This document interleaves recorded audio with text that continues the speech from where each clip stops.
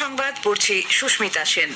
বিশেষ খবর হলো, প্রধানমন্ত্রী নরেন্দ্র মোদী বলেছেন বাংলাদেশের তিস্তার জল সংরক্ষণের জন্য ভারতের বিশেষজ্ঞ দল সে দেশে যাবে। ডাক্তারিতে স্নাতকোত্তর ভর্তির পরীক্ষা নিট পিজি আপাতত স্থগিত রাখার সিদ্ধান্ত নিল কেন্দ্রীয় সরকার।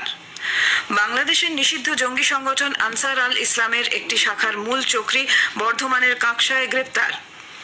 সুপ্রিম কোর্টের সুপারিশ মেনে স্কুল বাস ও পুলকারে পড়ুয়াদের সুরক্ষা নিশ্চিত করতে নতুন নির্দেশিকা জারি করল রাজ্যের পরিবহন দপ্তর। ওয়ায়নার লোকসভা কেন্দ্রের উপনির্বাচনে কংগ্রেস প্রার্থী প্রিয়াঙ্কা গান্ধীর সমর্থনে প্রচারে যাবেন তৃণমূল কংগ্রেস প্রধান মুখ্যমন্ত্রী মমতা ব্যানার্জি। আসছি বিস্তারিত খবরে। বাংলাদেশের দিকে তিস্তা নদীর জল সংরক্ষণ এবং পরিচালন পদ্ধতির উন্নতির জন্য খুব শীঘ্রই ভারতের প্রযুক্তি বিশেষজ্ঞদের একটি দল ঢাকা যাবে বলে জানিয়েছেন প্রধানমন্ত্রী নরেন্দ্র মোদী।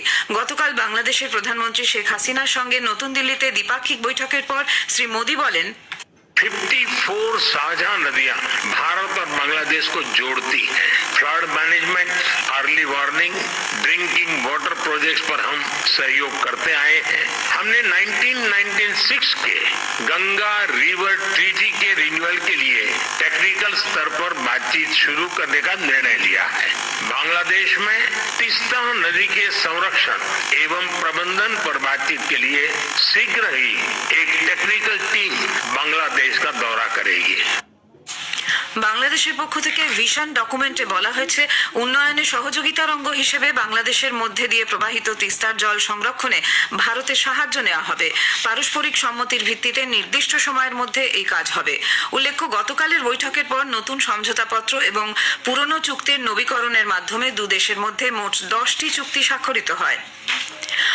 ডাক্তারিতে স্নাতকোত্তর ভর্তির পরীক্ষা নিট পিজি স্থগিত রাখার সিদ্ধান্ত নিয়েছে কেন্দ্রীয় সরকার। আজ এই পরীক্ষা হওয়ার কথা ছিল। স্বাস্থ্য মন্ত্রক জানিয়েছে, এই পরীক্ষাতেও অনিয়ম হয়েছে কিনা তা খতিয়ে দেখার পরই পরীক্ষার দিন স্থির করা হবে। National board of examination in medical sciences এই পরীক্ষা নিয়ে থাকে। স্বাস্থ্য মন্ত্রক থেকে বলা হয়েছে, পরীক্ষার্থীদের সুবিধা এবং পরীক্ষা পদ্ধতির সুরক্ষা বজায় রাখতেই এই সিদ্ধান্ত নিতে হয়েছে। এদিকে বিহার পুলিশ ঝাড়খণ্ডের দেওঘর জেলা থেকে নিট ইউজি প্রশ্নপত্র ফাঁসের অভিযোগে 6 জনকে গ্রেপ্তার করেছে। নিট পরীক্ষা নিয়ে বিতর্কের মধ্যেই জাতীয় পরীক্ষা নিয়ামক সংস্থা এনটিএর মহানির্দেশক সুবোধ কুমার সিংকে পদ থেকে সরিয়ে দেওয়া হয়েছে। কর্মীবর্গ এবং প্রশিক্ষণ দপ্তরের পক্ষ থেকে তাকে কম্পালসারি ওয়েটিং এ পাঠানো হয়েছে। ইন্ডিয়া ট্রেড প্রমোশন অর্গানাইজেশনের চেয়ারম্যান এবং এমডি প্রদীপ কুমার খারোলাকে এনটিএর মহানির্দেশকের অতিরিক্ত দায়িত্ব দেওয়া হয়েছে। বাংলাদেশের নিষিদ্ধ জঙ্গি সংগঠন আনসার আল ইসলামের সঙ্গে যোগ থাকার অভিযোগে পশ্চিম বর্ধমানের কাঁকসার মিরেপাড়া থেকে এক যুবককে গ্রেপ্তার করেছে এসটিএফ। বাংলাদেশের এই সংগঠনটির সঙ্গে আল কায়েদার যোগাযোগ আছে বলে জানা গিয়েছে। গতকাল বিকেলে কাঁকসা থানার পুলিশকে সঙ্গে নিয়ে মিরেপাড়ায় একটি বাড়িতে অভিযান চালায় এসটিএফ। সেখান থেকে তাকে ধরা হয়। এসটিএফ সূত্রে জানা গিয়েছে, ধৃত মোহাম্মদ হাবিবুল্লাহ জঙ্গি সংগঠন শাহাদাতের মূল চক্রী। তার মোবাইল, ল্যাপটপ সহ বেশ কিছু সামগ্রী বাজেয়াপ্ত করা হয়েছে। ধৃতের বিরুদ্ধে কাঁকসা থানায় ইউএপিএতে মামলা রুজু হয়েছে। সংগঠনের সদস্যরা বিআইপি নামক মেসেজিং প্ল্যাটফর্মকে কাজে লাগিয়ে নিজেদের মধ্যে কথা চালাতো। উল্লেখ্য, নিষিদ্ধ জঙ্গি সংগঠন আনসার আল ইসলাম এর একটি শাখা শাহাদাত।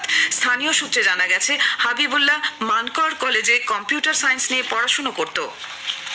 সুপ্রিম কোর্টের পথ নিরাপত্তা সংক্রান্ত কমিটির সুপারিশ মেনে স্কুল বাস ও পুলকারে পড়ুয়াদের সুরক্ষা সুনিশ্চিত করতে নতুন নির্দেশিকা জারি করল রাজ্যের পরিবহন দপ্তর। পরিবহন মন্ত্রী স্নেহাশিস চক্রবর্তী জানান, নিয়ম মানা হচ্ছে কিনা তা দেখতে মোটর ভেহিকলস ইন্সপেক্টররা নজরদারি চালাবেন। নতুন নির্দেশিকা অনুযায়ী স্কুল বাস এবং পুলকারে নির্দিষ্ট আসন সংখ্যার বেশি পড়ুয়া নেওয়া যাবে না। আসনে সিট বেল্ট রাখতে বলা হয়েছে। স্কুল বাসের জানলায় গাঢ় ফিল্ম পেপার দেওয়া কাঁচ বা পর্দা ব্যবহার করা যাবে না। স্কুলের পক্ষ থেকে বাস ও গাড়ির ক্ষেত্রে নির্দিষ্ট কাউকে আপৎকালীন পরিস্থিতিতে যোগাযোগ করার জন্য ট্রান্সপোর্ট ম্যানেজারের দায়িত্ব দিতে হবে। ট্রান্সপোর্ট ম্যানেজার ও চালকের ফোন নম্বর রাখতে হবে অভিভাবকদের। বাস এবং গাড়ির ভিতরে চোখে পড়ে এমন জায়গায় ট্রান্সপোর্ট ম্যানেজারের নাম, ফোন নম্বর, স্থানীয় থানা, দমকল এবং চাইল্ড লাইনের নম্বর লিখে রাখতে হবে। থাকবে ফার্স্ট এড বক্স। স্কুল বাসে হলুদ রং, নীল বর্ডার বাধ্যতামূলক। সামনে ও পিছনে স্কুল বাস শব্দটি লেখা থাকতে হবে।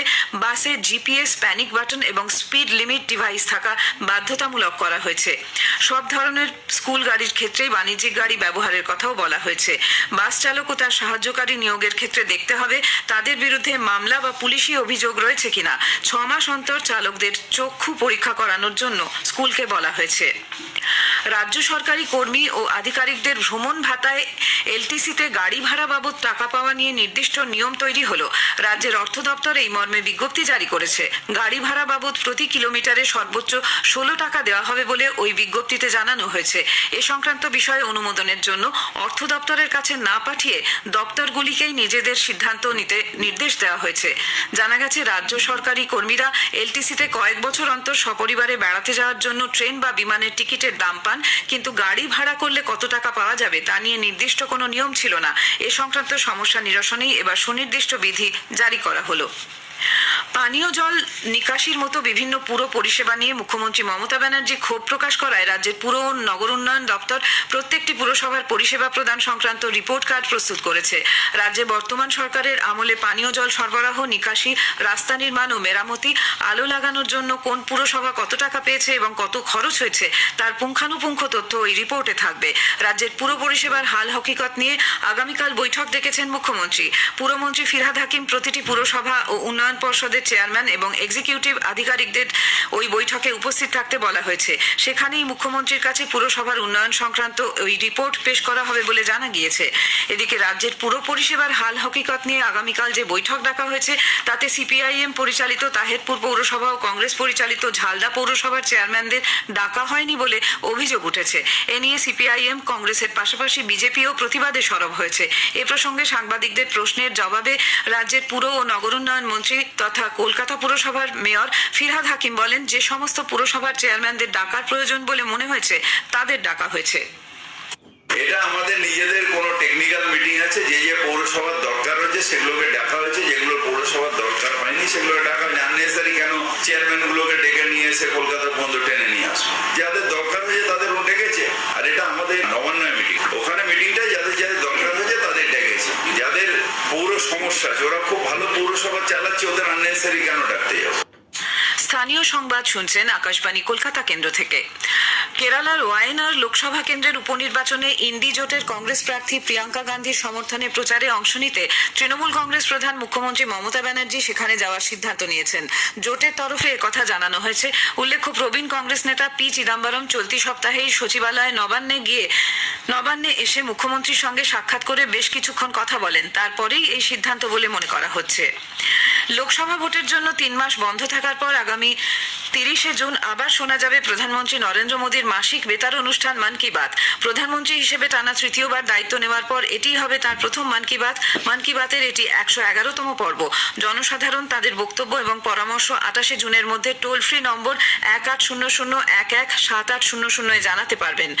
নরেন্দ্র মোদী অ্যাপ অথবা মাইগভ ওপেন ফোরামেও তা জানানো যেতে পারে। বেলা 11টা থেকে আকাশবাণী এবং দূরদর্শনের সবকটি চ্যানেলে এবং Akashvani news on AIR website, mobile app, প্রধানমন্ত্রীর দপ্তর ও তথ্য সম্প্রচার মন্ত্রকের ওয়েবসাইটে এবং ইউটিউব চ্যানেলেও মন কি বাত সম্প্রচারিত হবে। হিন্দিতে এই অনুষ্ঠান সম্প্রচারিত হবার পরেই আঞ্চলিক ভাষায় এর তর্জমা শোনা যাবে।